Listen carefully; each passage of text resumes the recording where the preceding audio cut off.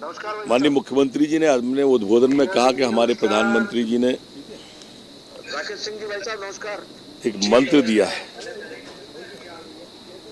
आत्मनिर्भर भारत का। ये आत्मनिर्भर भारत का मंत्र नहीं,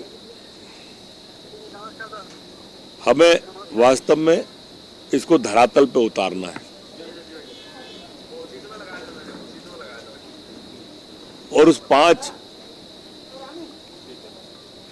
जो मंत्र है उसे के लिए 20 लाख करोड़ रुपया 5 चरणों में देने की घोषणा की है, जिसे जमीन पर उतारना है। माननीय प्रधानमंत्री जी इस वैश्विक महामारी में वैश्विक नेता के रूप में आप सबने देखा होगा उभरे। एक विश्व को दिशा देने का काम भारत ने किया। भारत के निर्णयों की, प्रधानमंत्री जी के निर्णयों की पूरा विश्व सराहना कर रहा है और इसलिए उन 5 चरण का आज बिंदुवार समीक्षा की गई। इसमें रोजगार, सूक्ष्म उद्योग, लघु उद्योग, कुटीर उद्योग, कृषि, गरीबी को दूर करने के लिए उपाय, स्वावलंबन बनाने के लिए उपाय। मुख्यमंत्री जी ने अपने उद्बोधन में कई बार ये कहा आज कि कल्पना करें गणेश जी की मूर्ति चीन बना रहा है। हमारी भारत की पिचकारी चीन बना रहा है। प्रधानमंत्री जी ने कहा है लोकल के लिए वोकल होना, तो हमें लोकल के उद्योग को आगे बढ़ाना चाहिए, मध्य प्रदेश को आत्मनिर्भर बनना चाहिए। हम सत्ता में सिंहासन में बैठने के लिए नहीं आए हैं, जनता की सेवा करने के लिए आए हैं। आपको जानकर प्रसन्नता होगी कि आज तय किया है कोई नहीं रहेगा बेरोजगार, सबको देंगे रोजगार। जो हमारे मजदूर भाई लौट के आए हैं अभी, प्रवासी मजदूर, इन प्रवासी मजदूरों के लिए मध्य प्रदेश की सरकार एक अभियान चलाएगी, कोई नहीं रहेगा बेरोजगार, सबको देंगे रोजगार। और इसके लिए 22 तारीख, आज शायद 19 तारीख हो गई ना, 20 है, 19 3 दिन बाद 22 मई को हमारे मुख्यमंत्री जी इस योजना का शुभारंभ भोपाल से करेंगे और सभी विधायक अपने अपने क्षेत्रों में जनपद स्थान पर इसकी शुरुआत करेंगे और जॉब कार्ड बांटेंगे। जो अभी पुरानों को तो बढ़ चुके हैं, जो प्रवासी मजदूर लौट के आए उनको भी एकत्रित करके 22 तारीख से एक अभियान की शुरुआत करेंगे, जो धीरे धीरे हर पंचायत में ये जॉब कार्ड बट जाएंगे। अभियान का नाम है कोई नहीं रहेगा बेरोजगार, सबको देंगे रोजगार। आज कैबिनेट में तय हुआ कि गौशाला हमारी प्राथमिकता रहेगी और गौशालाओं के निर्माण हर पंचायत में। पंचायतों में हम इस तरह की जल संरचनाएं, ये सारी चीजें इसी से रिलेटेड मानना आप कोई नहीं रहेगा बेरोजगार के, जल संरचना भी बनेगी गांव के लिए और उस वहां के जो मजदूर लौट के आया है उसको काम भी मिलेगा, कर दी गई है। पिछले साल जून में सर्वाधिक लोग लगे थे, जो सर्वाधिक लगे थे वो 12 लाख हुए थे। इस साल हमारी उम्मीद है कि हम 32 लाख से ऊपर इस संख्या को 40 लाख तक ले जाएं, जिससे सब लोगों को काम मिल सके। आज कैबिनेट में भी जो पैकेज के विभाजन की बात की गई है, इसमें हमारे जो समूह शामिल हैं, समूहों को सभी को पैकेज शामिल किया गया है।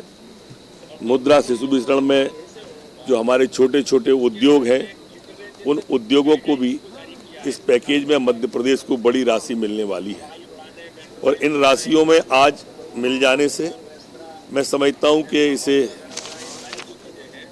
हमारा प्रेजेंटेशन जाने के बाद 5-7 दिन में मिल जाएगी।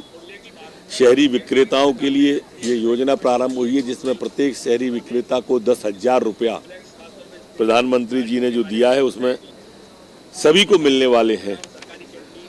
मध्य प्रदेश में 1,92,000 अभी तक शहरी विक्रेता चिन्हित हैं। हमारे प्रवासी मजदूर लौटने के बाद अगर ये संख्या बढ़ती है तो इस संख्या को और भी बढ़ाया जाएगा।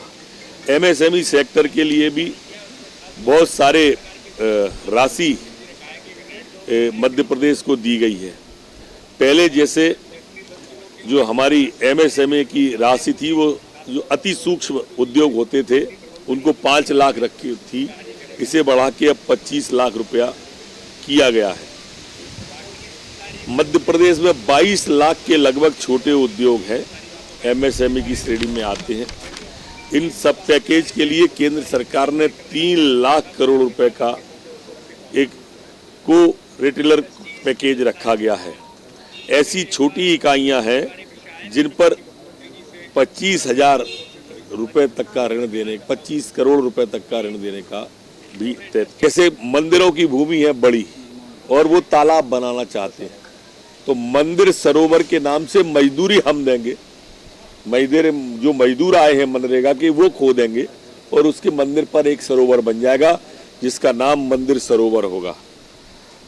इसी तरह से मंदिर उद्यान बनाए जाएंगे। जो मंदिरों में बड़ी बड़ी जमीनें हैं ना, जैसे अपने बीनागंज में ही आपने देखा होगा 750 एकड़ जमीन कोई बताता है।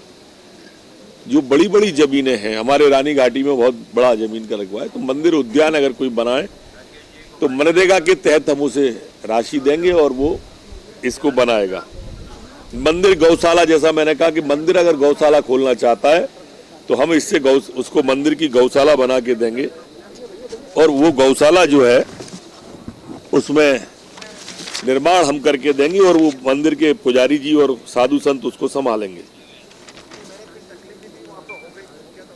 इसी तरह से जल संरचनाएं गांव के अंदर बनाने का भी आज तय किया है कि ये सारी जल संरचनाएं हर गांव पंचायत में एक तालाब बन जाए, उसके लिए काम करें। माननीय प्रधानमंत्री ने जो पैकेज बांटे हैं उसने मनरेगा के लिए 40,000 करोड़ रुपया रखा गया है। अब इन 40,000 करोड़ में से हमें उम्मीद है कि मध्य प्रदेश को 11,390 करोड़ रुपए की राशि मिलेगी। मध्य प्रदेश में 22,000 से अधिक पंचायतें हैं और अभी वर्तमान में मनरेगा में 20 लाख से अधिक लोग लगे हुए हैं। पिछले साल से अगर इसकी तुलना करें तो पिछले साल में इस समय इस सीजन में 10 लाख लोग ही काम करते थे। इस बार प्रवासी मजदूरों को काम मिले, इसके लिए ये ग्लोबल टेंडर जो होते थे, बड़ी खबर बता रहा हूं आपको, ग्लोबल टेंडर जो होते थे उन पर रोक लगा दिए। ग्लोबल टेंडर से अभिप्राय जो सप्लाई होती थी वो सप्लाई में बाहर से भी माल ले लेते थे। आज के बाद में वो चीज की आवश्यकता, उसमें खासकर चिकित्सा उपकरणों की तरफ इशारा है मेरा। ऐसे उपकरण जो इस देश के अंदर बनते हैं वो बाहर से लिए ही नहीं जाएंगे। लोकल के लिए वोकल जो प्रधानमंत्री जी का नारा है, शुरुआत उसकी कर दी गई है। अब ये सारा चीजें भारत की ही निर्यात खरीदी जाएंगी, सिर्फ उसको छोड़कर जो हमारे देश में बनती ही नहीं है।